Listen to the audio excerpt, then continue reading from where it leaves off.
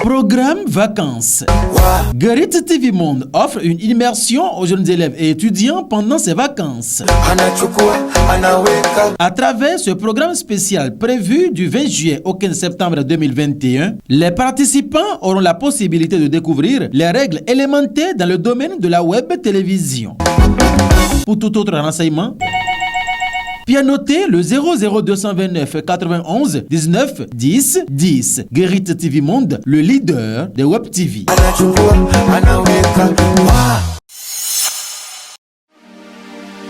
Bonjour. Jeudi 8 juillet 2021, le quotidien Matin Libre a mis de grands titres à la une.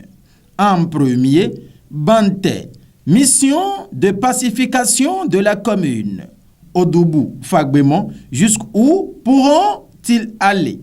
S'il y a une commune qui a payé un lourd tribut dans la crise liée à la présidentielle d'avril de 2021, c'est bien Banté.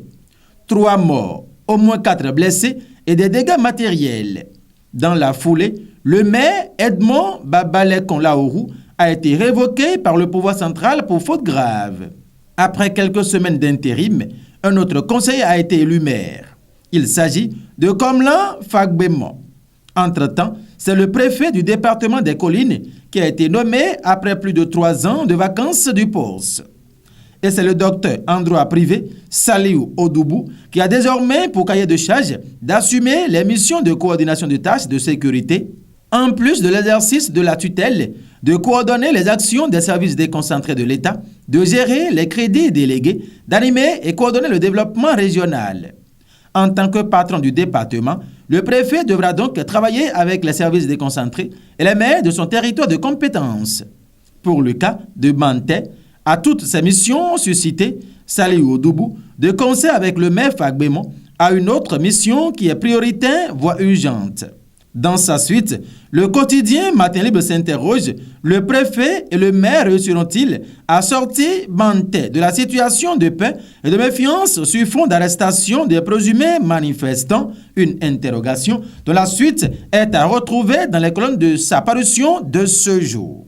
L'autre grand titre, vie des partis politiques, quand l'UDBN et le MPL donnent une leçon au PRD.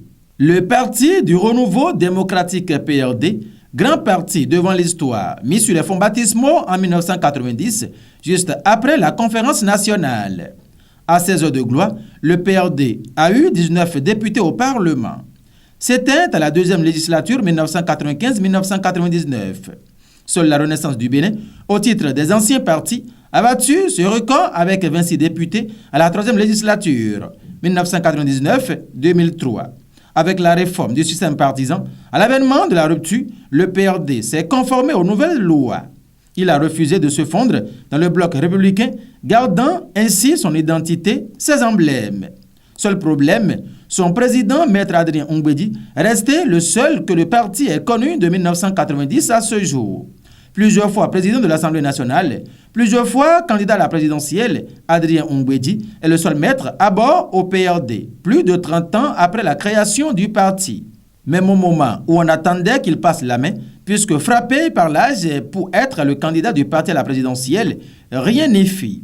À 79 ans, Adrien Ongwedi s'accroche toujours. Pour en savoir plus, allons en page 3. À l'oreille droite, performance douanière au premier semestre. Les facteurs favorisants. C'est une information bien détaillée en page 10. Examens nationaux de licence et master session 2021. Le délai des inscriptions prorogé. Pour en savoir plus, il faut donc aller en page 10. Et pour finir, ANAT, 2646 véhicules sans douane. La justice aux trousses des propriétaires. À l'Agence nationale des transports terrestres, un audit commandité par le gouvernement révèle de graves irrégularités. Au Conseil des ministres d'hier, mercredi 7 juillet 2021, le compte rendu fait état d'un gap financier de 13,6 milliards de francs CFA. En autre irrégularité relevée, des décaissements relatifs à des marchés irrégulièrement passés, 1,3 milliard de francs CFA, des paiements pour des actes anormaux de gestion, 191 millions francs CFA, 12,1 milliards de francs CFA au titre de présomption de fraude dans le cadre de la gestion des opérations d'immatriculation. À cet effet, le rapport dénombre 2646 véhicules qui seraient immatriculés sans être préalablement dédouanés, ce qui représente un préjudice financier estimé à 7,9 milliards de francs CFA. Depuis mardi, des arrestations ont commencé. Une dizaine de cadres de l'ANAT sont déjà interpellés. Déjà limogé en janvier dernier, le Conseil des ministres a relevé de ses fonctions de conseiller technique du ministre des Infrastructures et des Transports l'ex-directeur de l'ANAT, Thomas Agbeva. Mais le dossier risque de connaître plusieurs rebondissements au fur et à mesure de son évolution.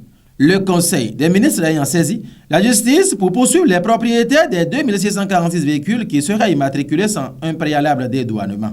C'est dire qu'on assistera les jours à venir à des interpellations et à des révélations. Affaire à suivre selon le quotidien Matin Libre. Mesdames et messieurs, merci de nous avoir suivis.